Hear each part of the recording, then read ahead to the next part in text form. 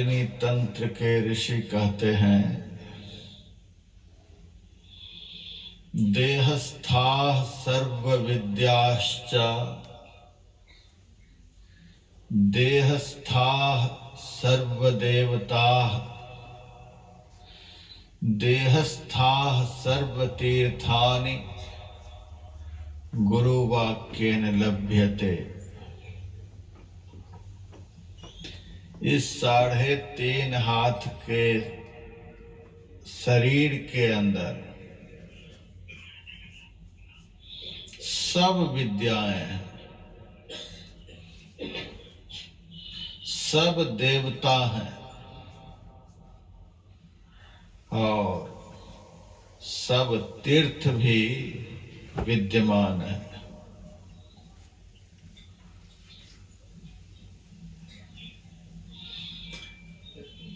इन तीनों बातों से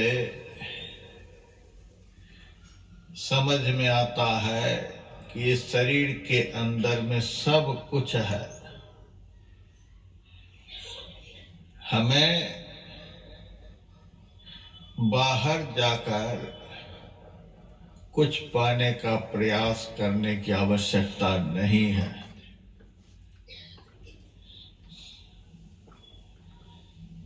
इसका खुलासा गुरु नानक देव जी महाराज की वाणी में सब किछु घर में ही बाहरी नाही, बाहरी टोले सो भरम ही भुलाई, गुर प्रसादी जिन अंतरी पाइया सो अंतर बाहर सुहेला देव।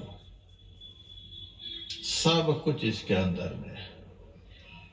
कल आप लोगों ने भगवान श्री राम का वचन सुना, बड़े भाग मानुष तन पावा, सुर दुर्लभ सब ग्रंथन ही गावा। बड़े भाग्य से मनुष्य का शरीर मिला है, देवताओं के लिए भी यह दुर्लभ है। भगवान राम बता रहे हैं, देहस्था सर्व विद्याश्च देहस्था सर्व देवता देहस्था सर्व तीर्थानि। इसी का स्पष्टीकरण है, बड़े भाग मानुष तन पावा, सुर दुर्लभ सब ग्रंथनि गावा। बड़े भाग्य से मनुष्य का शरीर मिला है। जिस शरीर में सब कुछ हो, उससे बढ़कर कौन शरीर हो सकता है। देवता के शरीर में मनुष्य रहते हैं, ऐसा कहीं नहीं लिखा हुआ है। इस देवता के अंदर में ये मनुष्य रहते हैं, ये सब मनुष्य रहते हैं, कहीं नहीं लिखा हुआ है। लेकिन मनुष्य के शरीर में सब देवता रहते हैं, बहुत जगह लिखा हुआ है।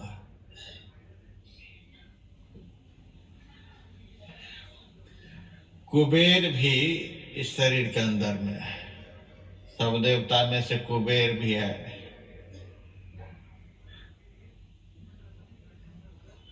कुबेर एक प्रकार से स्वर्ग का कोषाध्यक्ष है, कोष के मालिक, खजाना के मालिक।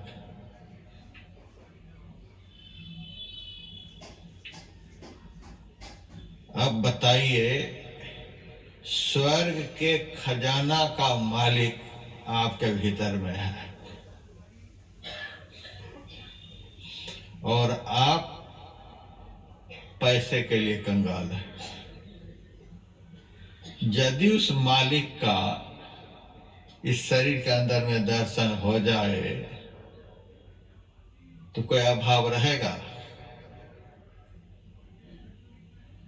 इस 3.5 हाथ के भीतर में स्वर्ग के खजाना का मालिक बैठा हुआ है और हम आप लोग कंगाल बने बैठे हैं। यदि उस मालिक का पता चल जाए, आपको कहीं जाने की जरूरत नहीं।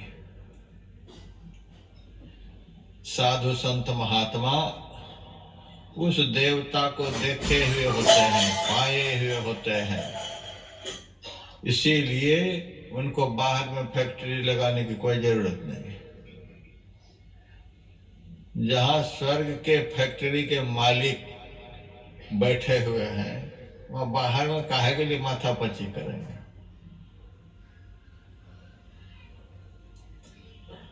वरुण देवता इस शरीर के भीतर में है। पानी के देवता वरुण है। आज पानी के लिए दुनिया परेशान है। अब पानी के देवता आपके भीतर में है। अग्निदेव आपके भीतर में है। बिजली बत्ती के लिए कितने लोग परेशान हैं। जिन सब चीजों के लिए आज दुनिया के लोग बहुत तरह से परेशान हैं, वे सब देवता आपके भीतर में है।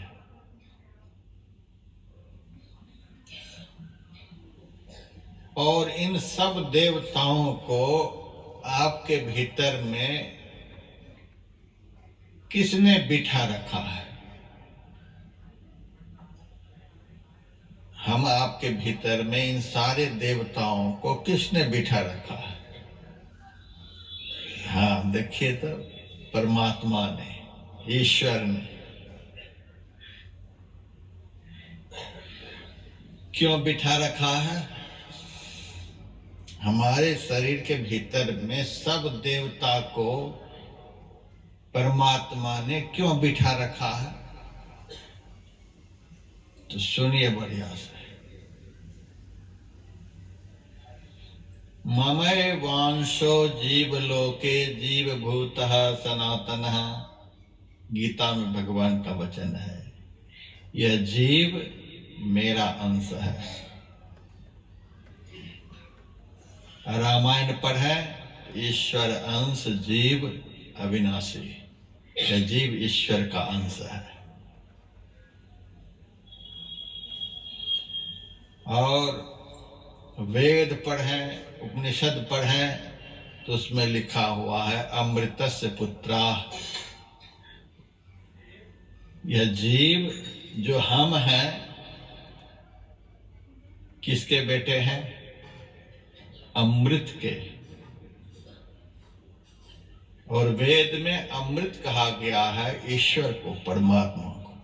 इंद्रश्च सख्य मृभवः समान स्वरूप मनोर्ण पातो अपसो दधन्नुरे सौधन्व नासो अमृतत्व मेरिरे विष्टुई समीपे सुकृता सुकृतया। अमृत कहा गया है परमात्मा को। और यह आत्मा उसी अमृत का बेटा, ईश्वर का बेटा है। ईश्वर अंश जीव अविनाशी, ममय वांश और जीव लोके।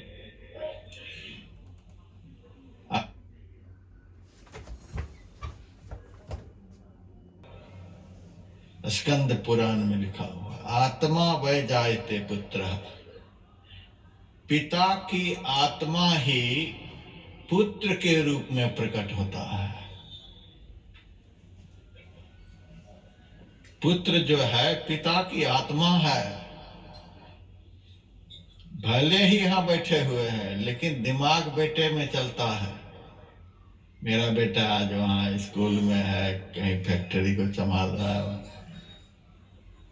बाप की आत्मा है बेटा। शास्त्र का वचन है। जैसे बाप को बेटे से बहुत प्रेम होता है, क्योंकि बाप की आत्मा है बेटा।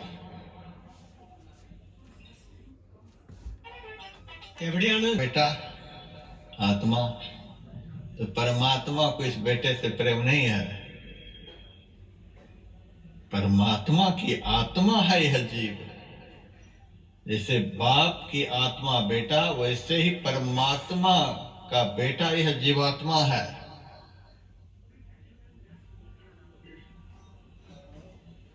और मैं देखता हूं मरते दम तक, जब तक बाप की देह में ताकत रहती है, अपने बेटे के लिए कुछ ना कुछ करते ही रहता है। अभी मैं पंजाब से आ रहा हूं सत्संग करके। बैंक का एक बहुत बड़ा ऑफिसर सा है। मेरे पास आकर कहता है, महाराज जी मेरी इच्छा होती है रिटायरमेंट ले लेने की, 70-80 हजार तो मिलेंगे ही। मैंने कहा नौकरी का समय पूरा हो गया। नहीं नहीं अभी तो है, लेकिन पहले ही रिटायरमेंट ले लेना चाहिए। क्यों? मेरे मन में हुआ कि इनको वैराग्य हो गया, अब शायद मेरे आश्रम पर आकर के भजन ध्यान करना चाहता है। भीतर से खुश हुआ। मैंने कहा आपको वैराग्य हो गया, बड़ी खुशी की बात है, आइए भजन करिएगा। तब कहता है भजन करने के लिए रिटायरमेंट नहीं ले रहा हूं। क्यों? 1-1.5 लाख से ज्यादा काम नहीं बन रहा। रिटायरमेंट लेकर के कुछ पैसे पास में है, कुछ लोन ले लूंगा और तब चलाऊंगा फैक्ट्री। हे भगवान, ये आदमी कैसा निकला, तब फैक्ट्री चलाऊंगा। मैंने कहा जवान जवान बेटे हैं, काम करने के लायक बेटे हैं, सब काम कर रहे हैं, तो महाराज जब तक शरीर है इन बेटे के लिए कुछ कर देते हैं। अब देखिए यही है आत्मा वे जायते पुत्र है। जब तक बाप जिंदा रहता है बेटे के लिए कुछ ना कुछ करता ही रहता। इतना मोह है। तो परमात्मा के बेटे हम हैं, हमारे लिए परमात्मा कुछ नहीं किया है। अरे जितना संसार भर के बाप मिलकर नहीं कर सकते, उतना अकेले परमात्मा जीवात्मा के लिए करते हैं। इस जीव से उस प्रभु को बड़ा मोह है, बहुत मोह है इस जीवात्मा से परमात्मा को।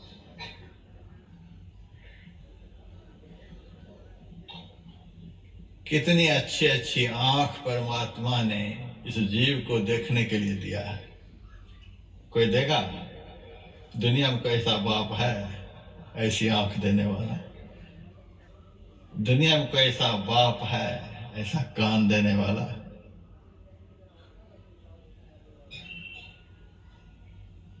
नाक, कोई बाप है नाक दे दे? हाथ दिया, पैर दिया, कितना क्या क्या दिया है। कल मैंने सुनाया था प्रत्येक बेटा पर 14 नौकर है। मेरे बेटे को कोई भी तकलीफ नहीं, न देखने की तकलीफ, न सुनने की तकलीफ, न खाने की तकलीफ, न चलने फिरने की तकलीफ। हमारे बेटे को कोई तकलीफ नहीं हो, इसीलिए एक एक बेटे पर 14 नौकर है। ये 14 इंद्रियां क्या है? ये मालिक है। मालिक तो हम पागलपन में बना रखे हैं, नहीं तो ये हमारे नौकर हैं।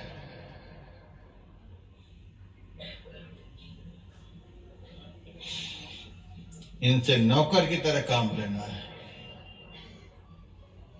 देख तो देख, अपने मन से नहीं देख, अपने मन से नहीं सुन। हम कहेंगे देखने के लिए तब देखना। एक एक इंद्रिय से यदि शास्त्रानुकूल कर्म कराया जाए तो एक एक इंद्रिय ऐसा नौकर है कि आपका कल्याण कर देगी।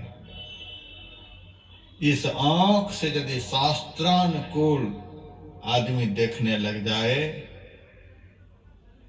बीच में भागना था तो बैठा काहे?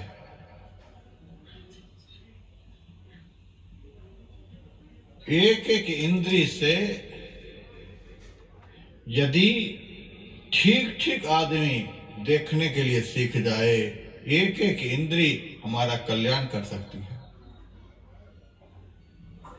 वाणी गुणान कथने श्रवणौ कथायाम हस्तौ ज कर्मसु मनस्तव पादयोर्न स्मृत्यां शिरस्तव निवास जगत प्रणामे दृष्टि सतां दर्शनस्तु भवत्तनूनाम। भागवत में इंद्रियों से कैसे काम लेना चाहिए यह लिखा हुआ है। वाणी गुणानुकथने, मुंह भी एक इंद्री है।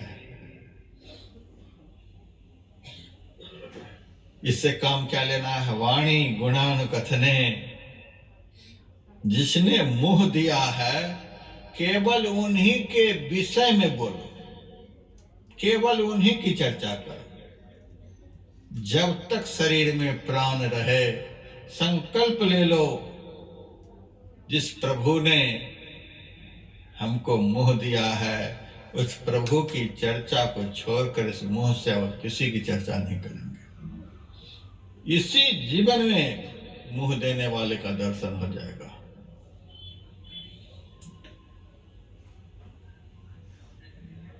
जिस प्रभु ने हमको सुनने के लिए कान दिया है उस प्रभु की चर्चा को छोड़कर हम किसी की चर्चा नहीं सुनेंगे। जब भी सुनेंगे तो उन्हीं के विषय में सुनेंगे। इसी जीवन में दर्शन होगा, दूसरा जन्म नहीं लेना पड़ेगा। संकल्प ले लो सुनने के लिए, संकल्प ले लो बोलने के लिए। इस हाथ से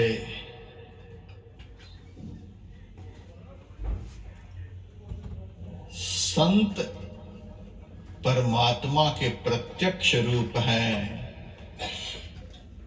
जब तक शरीर में प्राण रहेगा इस हाथ से संत की सेवा करेंगे। इसी जीवन में हाथ देने वाले मिलेंगे।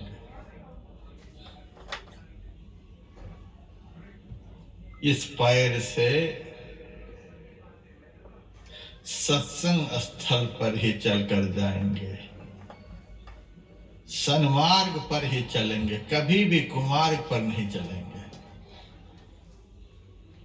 इसी जन्म में पैर देने वाले मिलेंगे। वाणी गुणान कथने,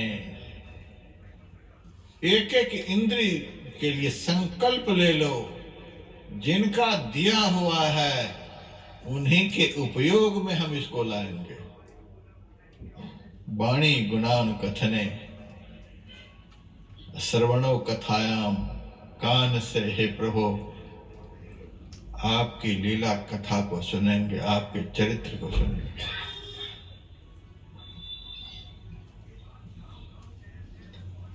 हस्तौज कर्मसु, हाथ से संत महापुरुषों की सेवा करेंगे, गौ माता की सेवा करेंगे, धरती माता की सेवा करेंगे, जन्मदात्री माता की सेवा करेंगे, जन्मदाता पिता की सेवा करेंगे, दीन दुखियों की सेवा करेंगे, अतिथियों की सेवा करेंगे, रोगियों की सेवा करेंगे। किसी भी तरह से जो सेवा के योग्य हैं इस हाथ से बस सेवा कर्म हो। देख लेना एक ही जन्म में आपका काम बन जाएगा। पैर से कभी कुमार्ग पर नहीं चलेंगे।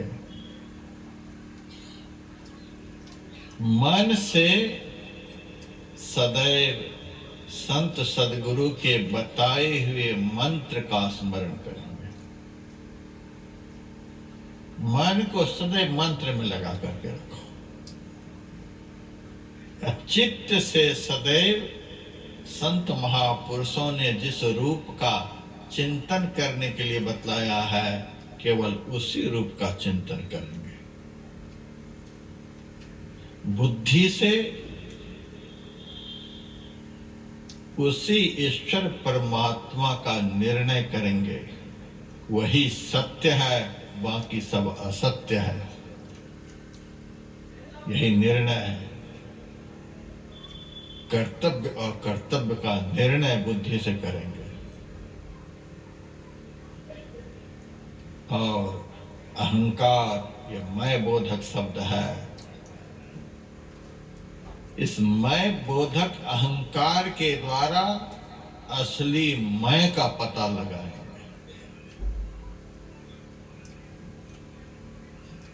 आंख से साधु संत महात्मा जो होते हैं परमात्मा के सगुण साकार प्रत्यक्ष रूप होते हैं। अंदर की आंख से निराकार परमात्मा का दर्शन होता है और बाहर की आंख से साकार परमात्मा का दर्शन होता है। साकार परमात्मा संत है, दृष्टि शतांग दर्शनेस्तु भवत्तनु नाम। साकार परमात्मा संत है और निराकार परमात्मा आपके भीतर में है, वो आत्मा की आंख से दिखलाई देते हैं। चमड़े की आंख से यदि परमात्मा को देखना चाहो तो संत को देखो। चमड़े की आंख से साकार परमात्मा का दर्शन जिसको हो जाता है उसी जीव को देर सवेर आत्मा की आंख से निराकार परमात्मा का दर्शन होता है। 14 नौकर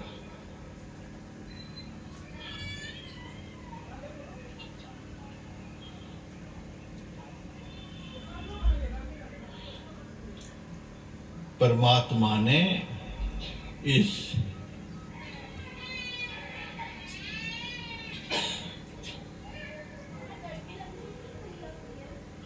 बेटे के लिए सुविधा के लिए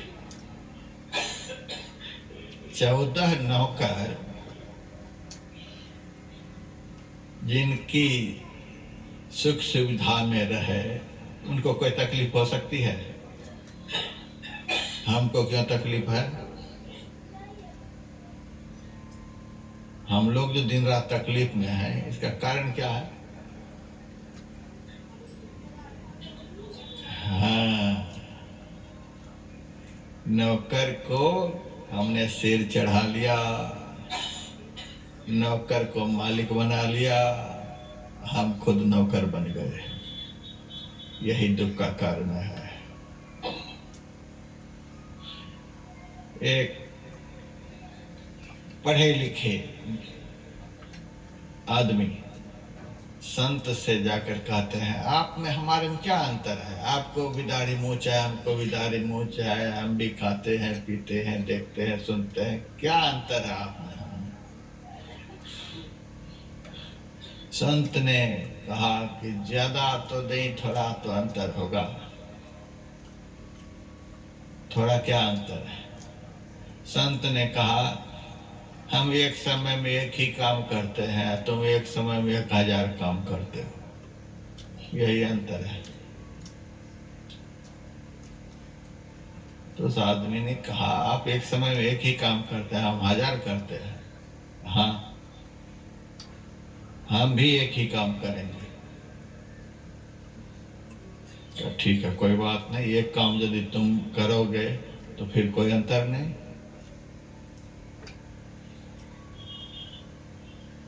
आप बताइए, जो काम आप करेंगे वही हम भी करेंगे। कहा चलो हमको पहले भूख लगी है, पहले खा लेते उसके बाद काम बताएंगे, और तुम भी खाओ मेरे साथ। एक थाली मेरे लिए परोस कर ले आओ, एक थाली अपने लिए, बैठो खाने के लिए। खाने के लिए बैठो, खाना एक काम है, हम भी खाने के लिए बैठ गए।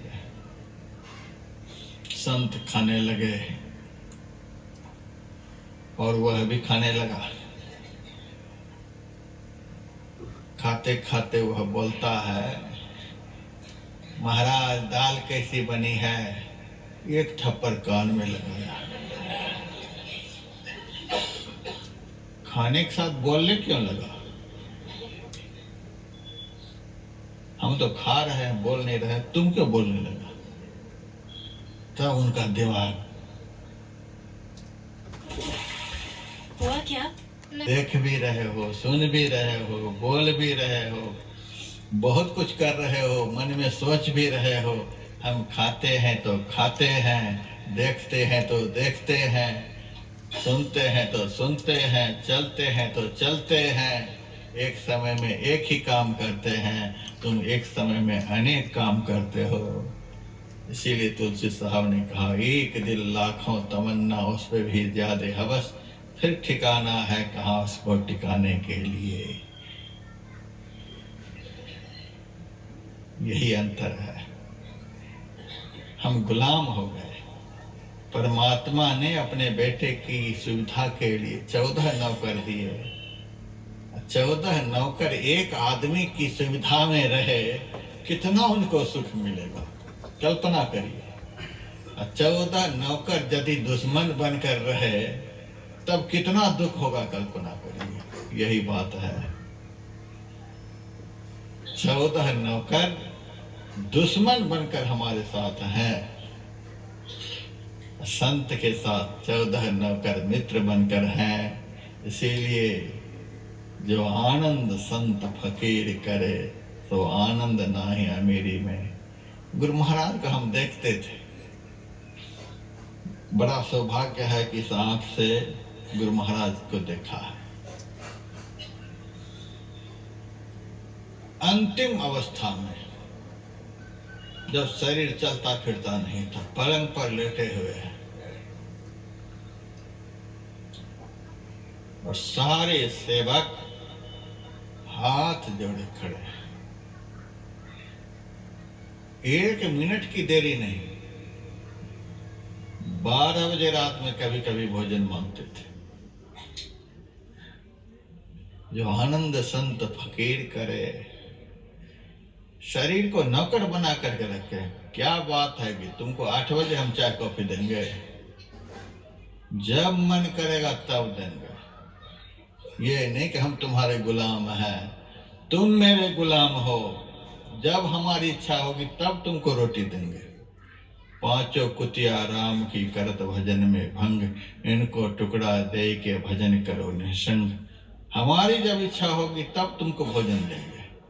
गुरु महाराज ने दिखाया। लोग समझते नहीं है कि गुरु महाराज क्यों 12 बजे भोजन मांग रहे हैं। ये रहस्य था। शरीर उनके बस में था, शरीर के बस में वो नहीं थे। हम लोग शरीर के बस में हैं।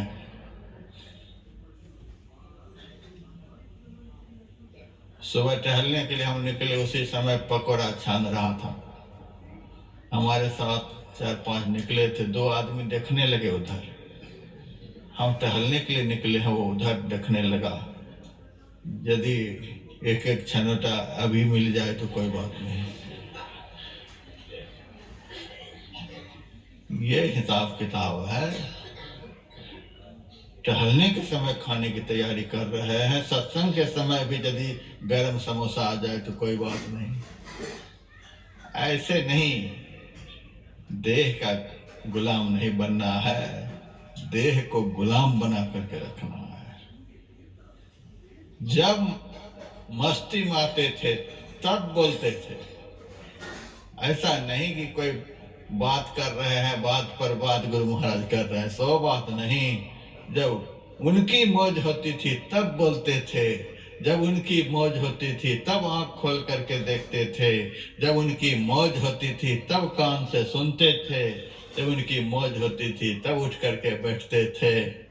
उनकी मौज पर मैंने देखा है कि कैसे 14 इंद्रियों से गुरु महाराज काम लेते थे, नौकर बना करके रखते थे।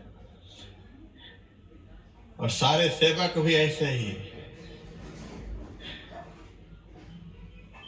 आज के गुरु को तो पानी पर आफत है, समय पर पानी पर आफत है, समय पर भोजन पर आफत है, समय पर स्नान पर आफत है। गुरु महाराज को 12 बजे रात में भोजन कराओ। सेवक भी ऐसे। हम कोटि कोटि नमन उन सेवकों को करते हैं जो उन सेवकों की निंदा करते हैं। उनके मुंह में कीड़े। 12 बजे रात में, और जो आदेश होता था वह भोजन 1 मिनट में तैयार। इतने सतर्क रहते थे, क्या पता गुरु महाराज खीर मांग लें, क्या पता गुरु महाराज सत्तू मांग लें, क्या पता गुरु महाराज ये मांग लें। ऐसे सेवक हम नहीं देखे, तुरंत वही भोजन तैयार। ये भोजन है, केवल भोजन ही नहीं बोलते थे, सेवक को सेवक बना करके रखते थे। ऐसे गुरु भी हमने जीवन में नहीं देखा, सेवक को सेवक बना करके, स्वामी बना करके नहीं, सेवक को सेवक बना करके सिद्ध भाव से भर करके सेवक को रखे थे। केवल भोजन की ही बात नहीं होती थी, भोजन दो, फिर तो थाली लेकर के आ जाते नहीं, हाथ जोड़कर पूछते भी थे सरकार क्या इच्छा है भोजन ग्रहण, वो बताते थे, वही लेकर के तैयार।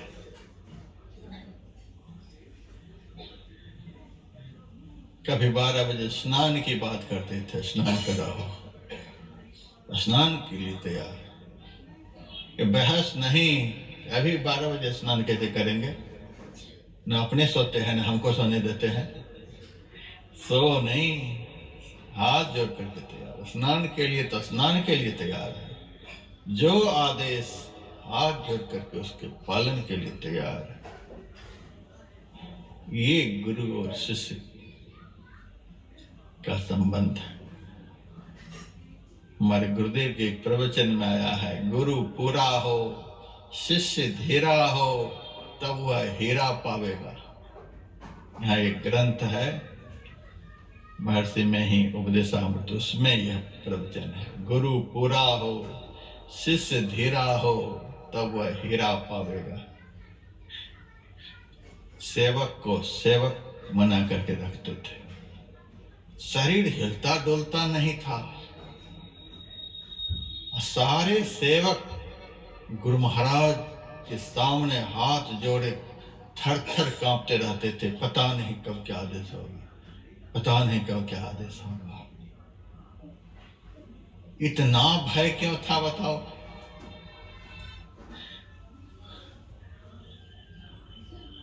आज गुरु भी हट्टे कट्टे हैं, चेले भी हट्टे कट्टे हैं, दो में से किसी को किसी का डर नहीं है।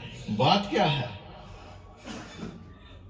सेवक को स्वामी बना करके रखा है, स्वामी सेवक बन करके रह रहा है, इसीलिए दो में से किसी को किसी का डर नहीं है। और गुरु महाराज गुरु बन करके थे, सेवक सेवक बन करके थे। सेवक को दास बना करके, सारी इंद्रियों को दास बना करके, गुरु महाराज को पता था कि परमात्मा ने हमें 14 इंद्रियां दी है, इनसे काम कराने के लिए, ये नौकर है तुम्हारे। एक आदमी के पीछे 14 नौकर, एक आदमी के शरीर की सुविधा के लिए। ये 14 इंद्रियां जो है फैक्ट्री चलाने के लिए नहीं है, कंपनी खोलने के लिए नहीं है, बाहर में खेती करने के लिए नहीं है। 14 इंद्रियां आपकी सेवा के लिए। 3.5 हाथ की देह की सेवा, आत्मा की सेवा, एक की सेवा पर 14। देखिए हम कितने बड़े मालिक के बेटे हैं। ऐसा होगा कोई अभी धरती पर? 14 ऐसे विलक्षण नौकर 2400 घंटे साथ में सेवा के लिए, ऐसा कोई दुनिया में होगा? ऐसा बाप का बेटा दुनिया में कोई होगा? ये आत्मा, हम लोग नहीं अपने को जानते हैं, हम लोग अपने बाप को नहीं जानते, और हम लोग अपने बाप के दिए हुए सुख के संसाधनों का सही दिशा में उपयोग करने के लिए नहीं जानते, इसीलिए आज दुनिया में दुखी हैं।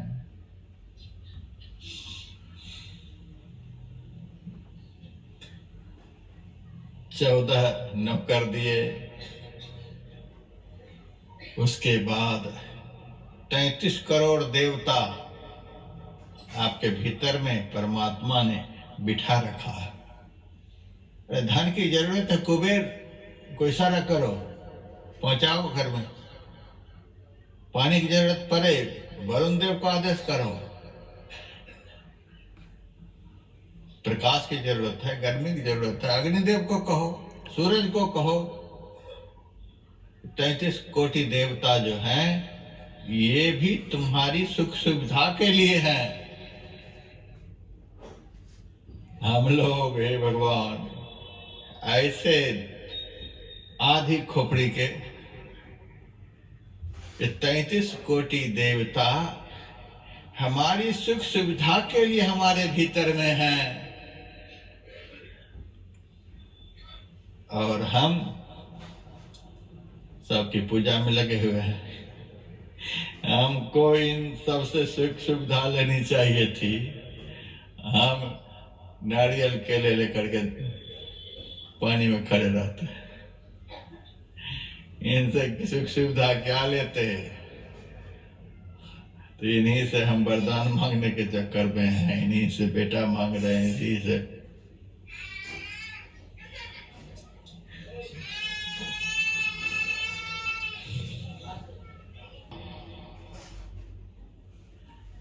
हमारी सुविधा के लिए है।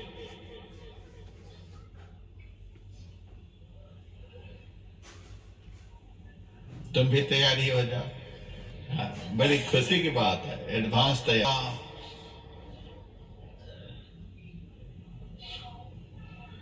हमारी सुविधा के लिए कहो, हमारा जीवन कितना सुविधाजन्य होगा। आज हम दुखी हैं। हमारी एक एक बात पर ध्यान देना। 33 कोटि देवता हमारी सुख सुविधा के लिए हमारे अंदर में बिठाए गए हैं, और आज हमारा जीवन असुविधा में है। कारण क्या है? उनसे सुविधा हम नहीं ले रहे हैं, जिनसे सुविधा लेनी चाहिए। सुविधा नहीं लेकर के हम पूजा में लग जाते हैं। आदेश करो। कल मैंने सुनाया था, कोटि हैं विष्णु जहाँ कोटि शिव खड़े हैं, कोटि ब्रह्मा था कथे वाणी, कोटि आकाश पाताल फिर कोटि है, कोटि ब्रह्मांड सब कोटि ज्ञानी, कोटि देवी जहाँ खड़ी हैं चेड़िया। देख लो, संत इनसे सुविधा लेते हैं। संत देखते हैं कि 33 कोटि को बिठा रखे हैं हमारे घर में पूजा करने के लिए, इनसे हमें सुविधा लेनी है। देखो कैसे सुविधा लेते हैं। कोटि आकाश पाताल फिर कोटि है, कोटि ब्रह्मांड सब कोटि ज्ञानी, कोटि देवी जहाँ खड़ी हैं चेड़ियां, करोड़ों देवियां दासी बन करके हाथ जोड़े खड़ी हैं। दास पलटुक है बड़े दरबार में, इंद्र है कोटिता भरे पानी। इंद्र एक ही नहीं है, अनंत ब्रह्मांड है परमात्मा की सृष्टि में। हर ब्रह्मांड में अलग अलग इंद्र, अलग अलग ब्रह्मा, कोटि विष्णु अनेक ब्रह्मा, सदा शिव जय ध्यावहि। करोड़ों ब्रह्मा, करोड़ों विष्णु, करोड़ों शिव, अलग अलग ब्रह्मांड में अलग अलग देवता, अलग अलग सप्तऋषि हैं। पुराणों को पढ़ोगे तो पता चलेगा।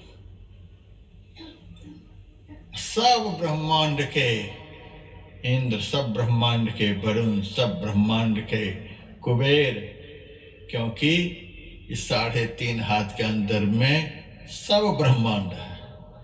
सब ब्रह्मांड है, सब ब्रह्मांड के इंद्र, सब ब्रह्मांड के इंद्र से पानी भरवाते हैं संत।